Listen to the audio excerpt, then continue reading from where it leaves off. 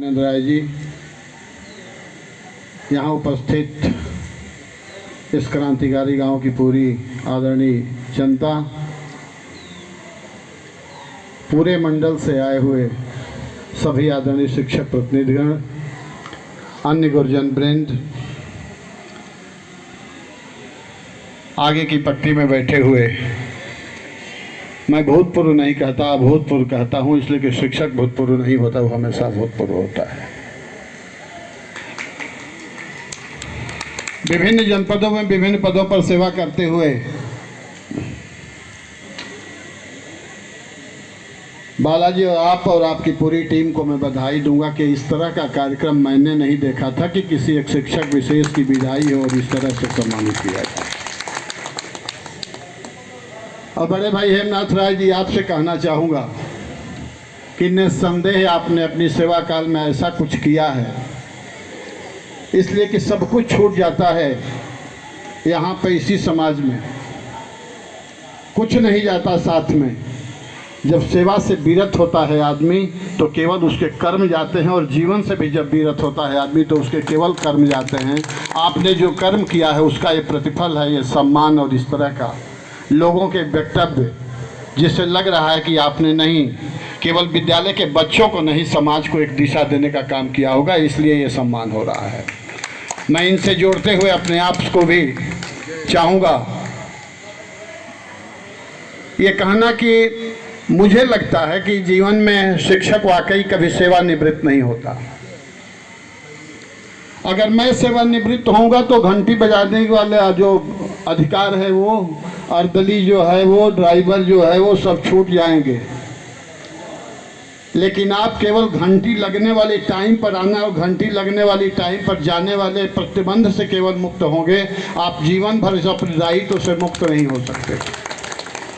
आपके उठते बैठते चलते बोलते सुनते जागते कुछ न कुछ ये समाज सीखेगा, वो बच्चे सीखेंगे, कहीं न कहीं कुछ मिलेगा लोगों को। इसलिए आप अपने आप को सेवानिवृत्त नहीं मान सकते, सरकारी सेवा से जरूर निवृत्त हो गए।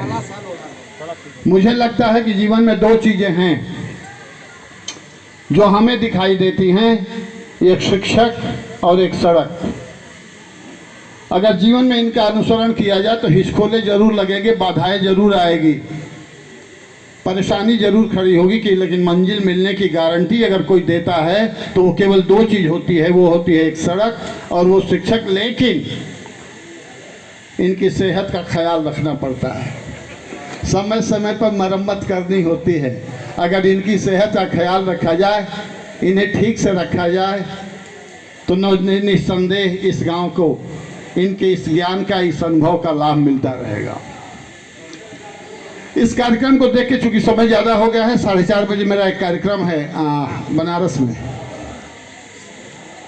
वहाँ से लौट के सोचा था मैं करंदीन पर पहुँच जाऊँगा और संजीव वाले कार्यक्रम, लेकिन लग रहा है अब परेशानी होगी। आप लोगों ने ये कार्यक्रम करके जिस परंपरा को सहेजने का काम किया है, पीढ़ियां जो है वो परंपराओं से अपनी प्रेरणा लेती हैं। किसी बच्चे को रोज आप सिखाइए कि बड़ों का सम्मान करना चाहिए, आदर करना चाहिए, माता पिता का सम्मान करना चाहिए, सब कुछ करना चाहिए, और वास्तव में आपने अपने जीवन में सम्मान नहीं किया है, गुरुजन का सम्मान नहीं किया, माता पिता का सम्मान नहीं किया, तो बच्चे को लाख रटाए हुए हैं। आप निस्संदेह जान लीजिए कि जीवन में वो भी कभी आपका सम्मान नहीं करेगा। अगर आपने सम्मान किया है तभी आपको वो मिलेगा लौट करके, केवल शिक्षा दे देने से और उसको बता देने से नहीं होगा। और आपने करके, पूरी टीम जो इस कार्यक्रम में लगी थी,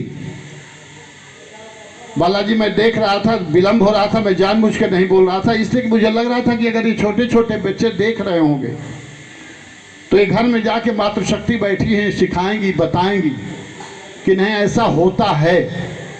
केवल सिद्धांत रूप में कह देना और करना, बोल करके सिखाएंगे आप तो कम सीखता है बच्चा, करके दिखाएंगे तो ज़्यादा सीखता है, और करके जब दिखा रहे हैं आप तो वास्तव में वो सीखेगा।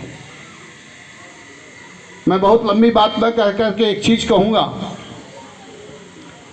कि हम जो शिक्षा देते हैं, इस तरह के जो भी कार्यक्रम आयोजित करते हैं, विषयांतर नहीं होगा, बस 2 लाइन बोल के बात समाप्त करूंगा।